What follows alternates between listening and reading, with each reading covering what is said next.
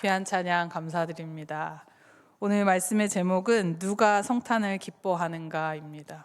일단은 우리 헵시바 찬양대가 기뻐하는 건 확실한 것 같습니다. 오늘 말씀을 듣고 여기 있는 저와 여러분 모두가 기뻐하는 자리에 있기를 소망합니다. 오늘은 대림절 두 번째 주일입니다. 매년 이 시기가 되면 이렇게 또 멋지게 성탄 장식이 교회 안에도 되어 있는 것처럼 곳곳에 성탄 장식이 만연하죠. 크리스마스 대목을 준비하는 그런 많은 사람들이 있습니다. 지난주에 타임스퀘어 갔더니 거기도 뭐 엄청 또 나더라고요. 사람들이 벌써부터 붐비기 시작했는데, 지난주에 담임 목사님께서도 말씀하셨지만 크리스마스는 엄연히 말하면 예수님을 믿는 사람들의 잔치잖아요. 그런데 왜 예수님을 믿지 않는 사람들이 이렇게 크리스마스를 기다리는 걸까? 뭐 좋은 게 좋은 거 아니겠습니까? 모두가 함께 기뻐하면 좋은 거 아니에요? 라고 생각할 수 있지만 한편으로는 크리스마스가 모든 이들의 잔치가 되면 오히려 성탄의 진짜 의미, 참 의미가 희미해질까봐, 퇴색되어 버릴까봐 하는 그런 염려가 되기도 합니다. 그래서 벌써 미국은 이제 메리 크리스마스라는 말 안 하잖아요. 해피 홀리데이라고 하는데, 우리가 입장을 또 바꿔서 생각해 보면 석가탄신일에 우리가 집안의 곳곳에 연등을 달지는 않지 않습니까? 근데 뭐 그거는 그날은 불교의 잔치니까요. 우리는 왜 좋습니까? 쉬는 날이라 좋죠. 빨간 날이라 좋고. 그래서 우리는 또 체육대회도 할 수 있고. 그래서 좋아하는 건데 왜 믿지 않는 사람들이 성탄절을 이렇게 좋아하는 걸까요? 물론 빨간 날이어서도 있지만, 그러니까 거기에 우리가 좀 생각을 좀 해봐야 된다라고 하는 것이죠. 그저 예수님이 오심에 대한 의미는 사라져 버리고 그저 소비하는 날, 가족들과 오붓한 시간을 보내는 날, 친구들과 파티하는 날, 뭐 이런 식으로 좀 세속적으로 이 날을 생각하게 되는 것은 아닌가, 그런 아쉬움을 또 생각해 보게 됩니다. 우리가 지난주에 시므온의 기다림에 대해서 우리 말씀을 같이 보았잖아요. 시므온의 기다림이 중요한 것은 왜 그렇습니까? 구약 성경에서 하나님께서 정말 계속적으로 구원자 메시아를 보내주시겠다 약속을 하셨고, 말라기 선지자를 마지막으로 한 400년 동안의 공백이 있었어요. 그 사이에는 그 어떤 선지자도 보내지 않으셨고 공백기였습니다. 근데 그러는 사이에 사람들은 어떻게 변했습니까? 하나님이 메시아를 보내주시겠다라고 했던 그 약속이 그냥 잊혀져 가는 거예요. 그 400년 공백기 동안 희미해져 가는 겁니다. 그러니까 성경에 시므온의 기다림이 대단하고 안나의 기다림이 대단하게 기록된 이유가 뭐겠습니까? 그들을 제외하고는 그걸 온전히 믿고 끝까지 기다린 사람이 몇 명 없었다는 거예요. 아예 없었는지도 몰라요. 그러니까 그게 성경에 기록될 만했던 거예요. 모두가 그 메시아를 간절히 기다리며 하나님의 약속의 말씀을 믿고 붙잡고 있었다면 그게 중요한 것은 아니었겠죠. 저는 이런 걱정이 되는 거죠. 지금 우리가 살아가는 이 시대가 그때의 그 400년 공백기가 되면 안 되겠다. 우리 믿는 자들이 그래서 어떻게 해야 합니까? 성탄의 참 의미를 계속해서 우리가 먼저 잘 믿고, 그리고 다 사람들에게 알려줘야 되는 거죠. 우리 다음 세대에게, 우리 후손들에게 그 의미를 잘 전달해야 할 의무가 우리에게 있다라는 것입니다. 그런 의미에서 오늘 본문은 성탄의 의미를 다시 한번 되새기기에 아주 중요한 본문입니다. 우리가 오늘 말씀 통해서 어떤 마음으로 이 대강절을 보내야 하는지 함께 보고자 합니다. 오늘 말씀은 너무나 또 잘 아는 말씀이죠. 동방에서 온 박사들이 아기 예수님을 경배하는 이야기입니다. 여러분 1절에 보시면 이미 아기 예수님은 태어나셨습니다. 유대 베들레헴에서 이미 태어나셨어요. 그런데 하늘에 반짝이는 별을 통해서 점성가들이었던 이 동방 박사는 단지 그 별을 보고 유대인의 왕이 나셨다라고 확신을 하고 그를 경배하기 위해서 머나먼 예루살렘까지 오게 되었습니다. 여러분, 우리가 이것을 잘 생각해 볼 필요가 있어요. 동방 박사들은 유대인이 아닙니다. 이방인이에요, 이방인. 그런데 그들이 왜 유대인의 왕이 나셨다고 해서 굳이 예루살렘까지 와서 축하를 해주냔 말이에요. 무슨 이유가 있을까요? 미국의 대통령이 당선돼가지고 우리나라 대통령이 축하 인사를 전하는 약간 뭐 그런 개념일까요? 이들은 왜 여기까지 와서 축하를 해주는 걸까요? 동방이라고 하는 것은 이스라엘에서 보면은 페르시아나 바벨론 쪽을 이야기합니다. 그래서 학자들의 연구에 의하면 우리가 보통 그 뭐 이미지나 이런 거 보면, 성탄의 이미지 보면 이렇게 마구간에 아기 예수님 있고 요셉과 마리아 있고 옆에 목자들 서 있고 말 몇 마리 있고 거기에 쪼로록 동방박사 3명 이렇게 예물 가지고 서 있는 그 장면을 항상 우리는 떠올리잖아요. 그런데 사실은 동방박사들이 경배하러 왔을 때에는 그때 예수님은 구유에 안 계셨어요. 왜 그럴까요? 단숨에 올 수 있는 거리가 아닌 거예요. 뭐 10분 내로 올 수 있는 거리가 아니에요. 하루에 걸려서 오는 거리가 아닌 거예요. 한참을 걸려서 와야 돼요. 바벨론부터 예루살렘까지 KTX도 없고 비행기도 없잖아요. 다 말을 타고 걸어서 와야 되는데 그쯤 되면 계속해서 예수님이 구유에 있을 일은 없고, 그래서 오늘 본문에 보십시오. 11절에 보면 뭐라고 돼 있냐면 집에 들어가 경배했다라고 기록하고 있어요. 집이에요, 집. 그러니까 이건 뭐냐면 시간적인 어떤 긴 여정을 이야기해주고 있는 거거든요. 그러니까 동방 박사들은요, 이 먼 길을 왔어요. 그냥 쫄래쫄래 온 게 아니라 정말 마음을 다 잡고 그 먼 여정을 황금과 유향과 모략을 가지고 마음 먹고 출발을 한 거예요. 그리고 여러분, 우리가 보통 동방 박사를 3명이라고 생각하지만 뭐 이건 정확하진 않습니다. 성경에서 얻을 수 있는 단서는 그냥 황금과 유향과 모략, 예물이 3개였다 정도죠. 그래서 그 동방 정교회는 12명으로 얘기를 해요. 또 거기는 다 성인으로 표현을 하는데, 여튼 그럼 우리가 생각해 보자는 거죠. 왜 대체 동방의 이 점성가들이 자기들의 왕도 아닌데 유대의 왕이 나심을 확신하면서 이 예루살렘까지 왔냐? 여러분, 왜 그럴까요? 그들이 그 먼 여정을 거쳐서 예수님을 경배하러 왔다라는 건 어떤 특별한 이유가 있다라는 거예요. 그냥 단순히 유대의 왕이 아니라는 거예요.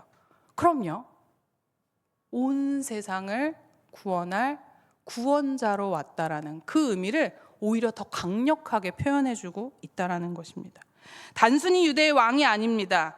모든 백성의 왕이 되실 분을 찾아서 예루살렘으로 왔다라고 하는 거예요. 이건 공적으로 예수님의 그 구원자 되심을, 그 메시아 되심을 표현해 주고 있는 대목입니다. 여러분, 재미있는 것은요, 우리가 교회력에 따르면 매년 1월 6일을 주현절로 지킵니다. 주현절. 여러분, 예수님이 탄생하신 후 12일째 되는 날을 우리가 주현절로 지키는데, 주현이라는 게 뭐냐면 주님이 나타나셨다, 이게 주현절이에요. 이 주현절을 카톨릭에서는 뭐라고 얘기하냐면 공현대축일이라고 합니다. 공현대축일. 공현이 뭐냐면 공적으로 나타나셨다라는 거예요. 그런데 우리가 보통은 예수님이 하나님의 아들로서 공적으로 나타나셨다, 공적으로 인정을 받았다라고 하는 사건을 뭘로 얘기하냐면 예수님이 세례받았던 것을 주로 얘기합니다. 그래서 1월 6일 주현절 그 한 주 뒤에 첫 번째 오는 주일을 수세주일이라고 해요. 예수님이 세례받은 날. 그러니까 여러분, 뭐 원칙적으로 보면 그렇죠. 예수님이 세례를 받았던 그날 하늘에서 소리가 들렸잖아요. 그래서 하나님의 아들로서 공적으로 이제 일을 시작하시는구나라고 우리가 알고 있지만, 사실은 오늘 말씀을 통해서 본다면 동방 박사가 예수님을 경배하러 온 이날이 오히려 더 그 주현절과 공현절과 가깝다라는 것입니다. 여러분, 그렇지 않으면 동방 박사의 오늘 이 여정이 이해가 안 되는 거예요. 그들이 왜 여기까지 와요? 그들이 왜 예루살렘까지 그 머나먼 여정을 옵니까? 그들이 드러내고 싶은 것은 예수님이 유대인 때문이 아니라 세상의 모든 사람들을 위해서 구원자로 오셨다는 것을 공적으로 드러내기 위해서, 그것을 축하하기 위해서 예루살렘까지 왔다라고 하는 것입니다. 여러분 11절에 보면은 이들이 가지고 온 예물을 보면 그들이 왜 여기까지 왔는지가 더 명확해집니다. 11절에 보면 황금과 유향과 모략을 예물로 드렸다라고 얘기하고 있습니다. 여러분 황금은 뭡니까? 왕에게 드리는 예물이에요. 왕을 상징하죠. 단지 이스라엘의 왕이 아니라 온 세계를 구원하실 왕께 드리는 예물을 의미하는 것입니다. 유향은 무엇입니까? 인간을 죄악에서 구원하셔서 살게 하시려고 이 땅에 오신 하나님께 드리는 예물이 바로 유향입니다. 향기로 드리는 거예요. 그리고 모략은 우리가 잘 알듯이 시체를 위해서도 쓰는 거지만 향료 그리고 진통제로도 쓰이죠. 그래서 예수님이 철저하게 인간의 몸으로 이 땅에 오셨기 때문에 그분이 우리가 느끼는 모든 감정과 고통과 즐거움 이런 것들을 다 누리기 때문에 철저하게 인간으로 오신 그 참 인간 예수 그리스도를 위해서 드리는 예물이 바로 모략입니다. 여러분 이것을 종합해 보면 오늘 동방 박사들은 왕이시고 하나님이시고 참 인간이신 아기 예수님을 경배하기 위해서 예루살렘까지 왔다라고 하는 것입니다. 그래서 여러분 별 따라왔던 이 동방 박사들은 별이 아기 있는 곳 위에 멈추자 어떻게 합니까? 우리 10절 말씀 같이 한번 읽어보겠습니다. 10절 그들이 시작 그들이 별을 보고 매우 크게 기뻐하더라. 이방인인 동방 박사들은 이렇게 아기 예수님을 기뻐했습니다. 단순히 유대의 왕이 아니라 온 세상을 구원할 구원자로 이 땅에 오신 그 아기 예수님을 기뻐했던 것입니다. 그런데 안타깝게도 다른 한편에서는 기뻐하지 못한 사람들이 있었습니다. 바로 헤롯입니다. 헤롯. 성경에 헤롯이 여러 번 등장하는데요. 나오는 헤롯마다 다 다른 헤롯이에요. 시기마다 다 다르기 때문에. 그런데 오늘 예수님이 탄생하실 때 이 헤롯은 헤롯 대왕이라고 우리가 보통 이야기를 합니다. 이 헤롯 대왕은 가장 극악무도한 그런 헤롯이고요. 굉장히 멘탈이 약했던 그런 헤롯이라고 볼 수가 있습니다. 왜냐하면 이 헤롯이 유대의 왕이 되기 위해서는 로마의 힘으로 유대의 왕이 됐거든요. 그러니까 로마를 등에 업고 유대의 왕이 되긴 한 거예요. 그런데 문제는 뭐냐면 헤롯은 유대인이 아니었어요. 에돔 족속이었어요. 너무나 먼 완전 다른 길을 가는 사람이죠. 그러니까 유대인들이 이 헤롯을 유대의 왕으로 인정하지 않았어요. 그러니까 헤롯은 로마에도 굽신굽신 잘 보여야 되고 유대인들에게 마음도 사야 되고 굉장히 마음이 항상 쫄리는 입장이었던 거죠. 그가 심리적으로 굉장히 연약했다라는 걸 알 수가 있는데 한 가지 예로 헤롯이 유대인들 마음을 사기 위해서 건축을 진짜 어마어마하게 하거든요. 그 예루살렘 성전이 스룹바벨 때 재건이 되고 난 다음에 유대인의 마음을 사기 위해서 엄청나게 증축을 합니다. 거의 굉장히 한 50몇 년 동안 증축을 계속해요. 너무 건축을 오래 하죠. 그래서 유대인의 마음을 좀 살까 싶었어요. 그런데 미움을 또 사요. 왜냐하면 그 건축 자금 때문에 세금을 또 많이 걷었거든요. 그러니까는 이제 헤롯은 유대인한테 잘 보이고 싶기는 하고 또 로마에는 잘 보이기 싶기는 하고 근데 로마랑 유대는 사이가 안 좋고 그 사이에서 갈팡질팡하면서 온전히 자기 자신으로 살아가지 못한 그런 사람이었습니다. 그리고 거기에 엎친 데 덮친 격으로 그는 왕비가 10명이나 됐거든요. 그런데 그 10명의 왕비 사이에서 났던 5명의 아들이 서로 왕위 쟁탈전을 막 벌입니다. 심각한 가정 불화를 겪게 돼요. 그때의 아버지로서 헤롯이 어떻게 할까요, 여러분? 가장 극악무도했던 그 헤롯은 다 죽여요. 아내 죽이고 장모 죽이고 아들도 죽이고 결국은 그렇게. 그래서 본인도 결국에는 그 심리가 어떻겠어요? 신경과민으로 결국 비참한 최후를 맞이하게 됩니다. 여러분 그런데 그런 일이 일어나기 전에 오늘 이 본문의 일이 일어나는 거예요. 그런 심리적으로 연약하고 되게 쫄리는 입장이고 가정의 불화가 심하고 본인도 굉장히 신경 쇠약한 상태에서 오늘 동방박사가 온 거예요. 그런데 이 동방박사들이 속도 모르고 남의 속도 모르고 뭐라고 얘기를 합니까? 유대인의 왕으로 나신 이가 어디 계시냐. 지금 이 왕위 젠탈전 때문에 마음이 막 쫄려 있는 상황인데 동방박사들이 와가지고 뭐 또 유대의 왕이야. 쫄리는 상황인 거죠 또. 여러분, 그래서 오늘 헤롯이 이 동방박사의 질문을 듣고 다시 그 마음에 불같은 막 정신병이 막 일어나기 시작하는 거예요. 그래서 그 심리가 오늘 3절에 뭐라고 기록되어 있냐면 헤롯 왕과 온 예루살렘이 듣고 소동한지라 이렇게 기록하고 있습니다. 우리나라도 지난주에 뭐 비상계엄이라고 해서 큰 소동이 있었죠. 여러분, 그런 소동들은 왜 일어납니까? 오늘 헤롯은 불안과 공포로 인한 소동이었습니다. 예루살렘 사람들은 이렇게 생각했어요. 또 한바탕 피바람이 불겠구나. 뭐 이렇게 생각했는지도 모르겠습니다. 여러분, 그래서 4절에 모든 대제사장과 서기관들을 모아서 물어보는 거예요. 그리스도가 어디서 나겠느냐? 여러분, 근데 이 물음이 참 재밌는 게 뭔지 아십니까? 분명히 동방박사들은 유대의 왕으로 나신 이가 누구냐라고 물었어요. 그런데 헤롯은 뭐라고 물어봐요? 그리스도를 이야기하는 거예요. 이건 뭘 얘기하는 걸까요? 헤롯은 에돔 민족이었지만 유대 사람들처럼 성경을 빠삭하게 아는 건 아니었지만 그래도 들었던 뭔가가 있었던 거예요. 유대인들에게 잘 보이기 위해서 대제사장과 서기관들과 잘 지내려고 했겠죠. 그 사이에서 주워들었던 이야기, 그리스도다. 그래서 오늘 헤롯은 그리스도가 어디서 나겠느냐라고 묻게 된 것이죠.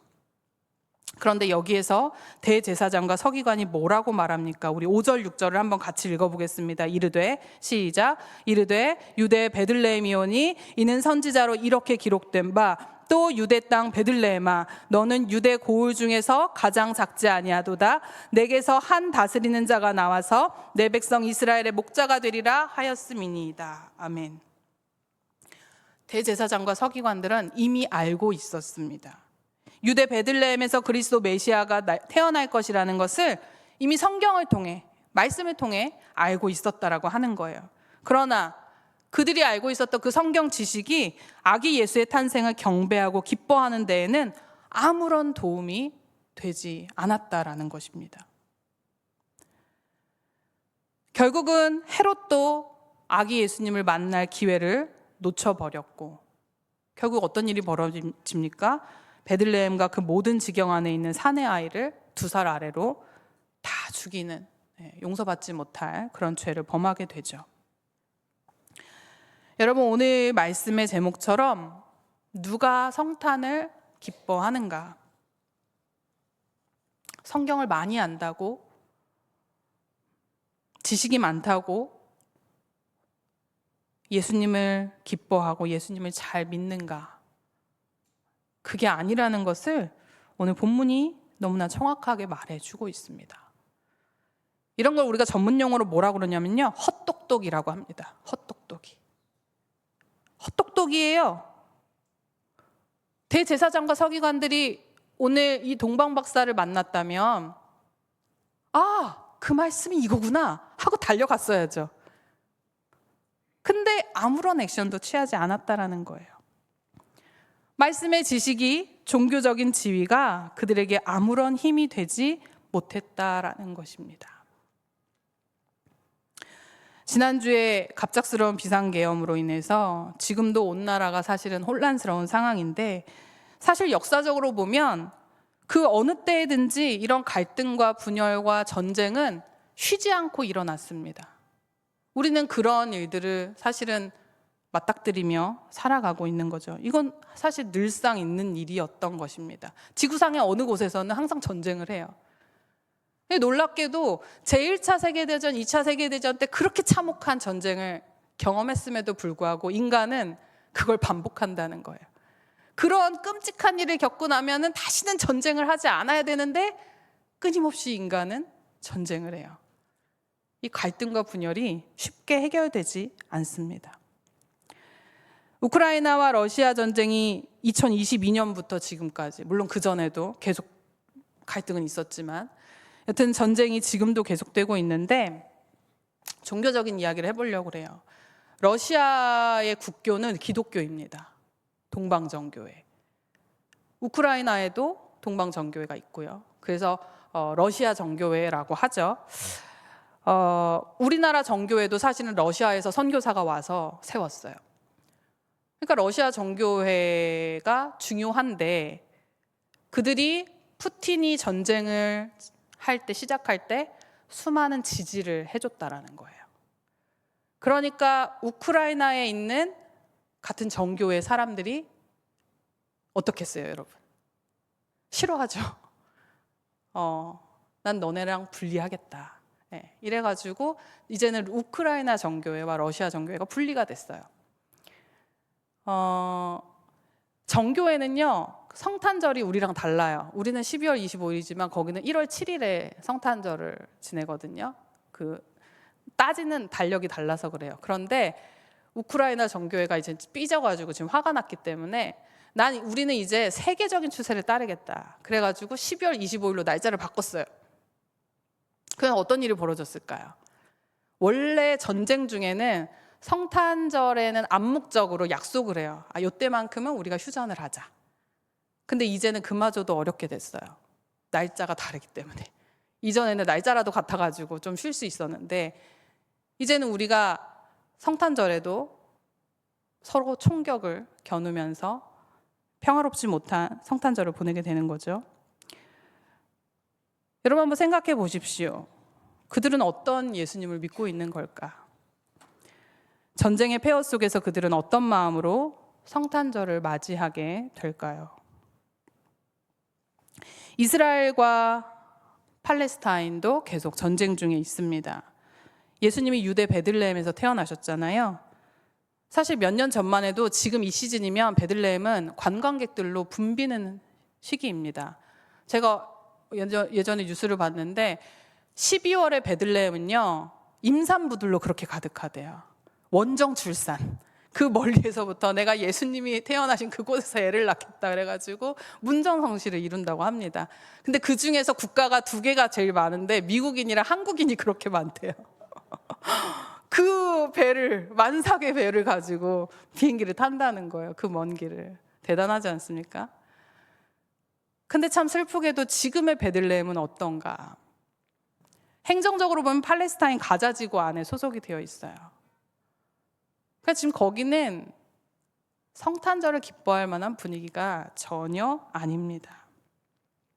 2000년 전에도 그랬던 것처럼 지금도 아기 예수님의 탄생과는 무관한 시간을 보내고 있습니다. 여러분, 그렇다면 오늘의 우리는 어떤가요?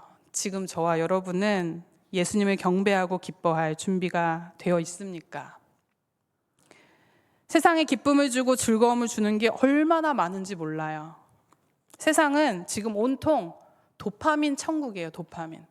핸드폰만 열면 도파민이 막 뿜어져 나와요. 맛있는 게 너무나 많고요. 지금은 배고파서 뭘 먹는 사람은 별로 없고 즐기기 위해서 먹는 즐거움, 이걸 즐기고 있는 거죠, 우리 사람들이. 무엇을 보는지, 무엇을 듣는지, 무엇을 즐기는지, 이런 모든 것들이 다 우리의 기쁨과 관련이 되어 있습니다. 그런데 여러분, 우리가 무엇을 보고 기뻐하는가, 그것을 보면 그 사람의 됨됨이를 알 수가 있어요. 여러분은 요즘 무엇을 기뻐하세요? 여러분, 오늘 동방 박사들은 무엇에 기뻐했습니까? 아기 예수님의 탄생을 알려주는 그 별, 그 별이 반짝임을 보고 기뻐했습니다. 그럼 이게 너무나 귀하고 놀라운 일입니다. 저희 딸은요, 아침에 학교 가자고 하면 잘 안 일어나요. 그런데 밥 먹자 하면 일어나요. 이 먹는 기쁨을 포기를 못하는 거예요. 너무 좋은 거예요. 우리 아이들이 성탄절 왜 기다려요? 선물 받는 기쁨. 아직 예수님의 탄생의 기쁨을 온전히 느끼기는 어려운 시기이기 때문에. 예. 여러분, 그런데 오늘 동방 박사는요, 자신들의 길잡이가 되어주는 그 별을 보고 기뻐했다라는 거예요. 여러분, 하나님께서 그 별을 통해서 동방박사를 인도해 주셨고, 동방박사들은 자신들의 길잡이가 되어주는 그 별에 기뻐했습니다. 하나님이 우리의 삶도 그렇게 인도해 주시길 소원합니다. 이 별과 같이 길잡이가 되어 주시길 소원합니다. 여러분, 그런데 유대인들은 아니었다라는 거예요. 기뻐하지 못했습니다. 성경의 말씀을 알고 있었고, 미가 선지자를 통해서 유대 베들레헴에서 메시아가 난다는 것을 알고 있었지만 그들은 기뻐할 수 없었어요. 그들은 자신들을 구원할 메시아가 오실 것을 알았지만 그분이 인간의 모습으로 오실 줄은 꿈에도 생각지 못했습니다. 그리고 그 메시아가 이 땅에 와서 고난당하신다라는 것도 생각지 못했고요. 그 고난당할 메시아가 하나님이신 줄은 더더욱 생각을 못했다라는 거예요. 그만큼 예수님의 탄생은 너무나 놀라운 사건이라는 것, 유대인들은 꿈도 못 꾸는, 지금도 믿지 못할 그런 놀라운 사건이라는 겁니다. 여러분, 누가 예수님을 기뻐할 준비가 되어 있겠습니까? 오늘 말씀을 준비하면서 그런 기도를 하게 되었어요. 하나님, 정말 이 성경의 말씀이 우리의 삶에 정말 살아서 역사하는 말씀이 되길 원합니다. 그냥 화석처럼 굳어버린 글씨가 아니라, 날아다니는 그냥 글씨가 아니라 우리의 삶에 힘이 되고 능력이 되고 우리의 삶을 변화시키는 그런 말씀이 되길 원합니다. 대제사장과 서기관들에게 말씀이 없었던 게 아니었어요. 말씀이 있었지만 그들에게 아무런 힘을 발휘하지 못했습니다. 말씀이 연약해서가 아니라 그들의 마음이 말씀을 믿지 못했기 때문에 그렇습니다. 헛똑똑이가 되지 않기를 바랍니다.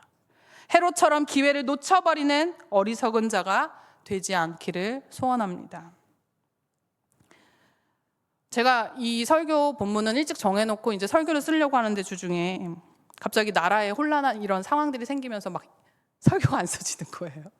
계속 뉴스만 쳐다보게 되고. 그 순간 제 마음에 그런 생각이 들었습니다. 그래서 예수님이 오셨구나. 이래서 예수님이 빨리 오셔야 되는구나. 여러분, 창세기 1장에 보면 땅이 혼돈하고 공허하며 흑암이 깊음 위에 있다라고 했는데, 그때의 하나님의 액션은 무엇이었습니까? 빛이 있으라 하셨어요.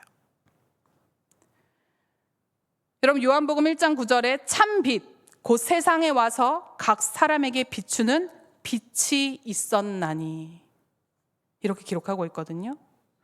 혼돈한 세상 가운데 예수님이 빛으로 오셨다라는 거예요. 이게 너무 감사하지 않습니까? 혼돈한 세상이기에 빛이신 예수님이 오셨다라는 것입니다. 지금 이 나라의 혼란스러움과 또 세계 곳곳의 전쟁과 갈등으로 가득한 이때에 빛이신 예수님이 오셔서 정말 모든 어둠이 물러가고 평화와 사랑이 가득한 이 세상이 되기를 간절히 소원합니다. 여러분, 우리가 그것을 소망하면서 어떻게 해야 될까요? 바르게 믿고 바르게 전하고 그러면서 이 대강절을 보내야 하는 것이죠. 오늘 동방박사를 통해서 예수님이 왕으로 오셨고 하나님으로 오셨고 구원자로 이 땅에 오셨다는 걸 우리가 다시 한번 기억하면서 그들은 기뻐하고 경배하기 위해서 정말 머나먼 여정을 큰 마음 먹고 애써 준비해서 예수님을 경배했어요. 저와 여러분은 너무 쉽지 않습니까? 그저 우리의 삶의 자리에서, 멀리 갈 필요 없어요. 우리의 삶의 자리에서 예수님의 오심을 그저 기쁘게 맞아들일 우리 마음의 준비를 하면 되는 것입니다. 그래서 이 대강절에 더 말씀에 빠져드시고, 말씀이요 보물찾기예요. 보물찾기. 다 아는 것 같지만 우리 다 몰라요. 여전히 우리가 이 말씀 속에 숨어있는 보물들이 너무나 많다는 것을 우리가 좀 깨닫고 이 대강절에는 더 말씀 가운데 나아가고 그 말씀이 우리 안에 살아서 움직여서 역사하는 그런 일들이 우리 안에 일어나서 정말 은혜로운 대강절을 보내시기를 주님의 이름으로 간절히 축원을 드립니다. 기도하겠습니다. 사랑의 하나님, 오늘 말씀 통해 우리가 예수님을 경배하고 기뻐할 준비가 되어 있는지 우리 스스로에게 자문하게 하시니 주님 감사를 드립니다. 동방 박사들이 어떤 마음으로 그 먼 길을 나섰는지 기억하면서 우리도 예수님 이 땅에 오신 이유와 그 의미를 다시 한번 깨닫게 하여 주시옵소서. 말씀을 아는 것에서 그치지 않게 하시고 말씀이 우리 삶에 살아서 역사하게 하여 주시옵소서. 그래서 주님을 맞아들일 기회를 놓치는 어리석음을 범하지 않게 하여 주시옵소서. 나라가 혼란스럽고 지구촌 곳곳에 전쟁과 갈등이 끊이지 않고 있습니다. 주님, 우리를 불쌍히 여겨주시고 이 모든 어둠을 주님의 참빛으로 물리쳐 주시고 참 평화와 소망으로 우리에게 오셔서 우리를 온전히 회복시켜 주시옵소서. 주님이 이 땅에 오시는 이유를 명확히 알고 우리가 참 기뻐하고 경배하며 이 성탄절을 잘 준비해 나가는 영남의 모든 식구들 될 수 있도록 인도하여 주시옵소서. 주님 주신 말씀 감사드리며 귀하신 예수 그리스도의 이름으로 기도드립니다. 아멘. 이 시간 다 같이 찬송가 116장 찬송 드리겠습니다.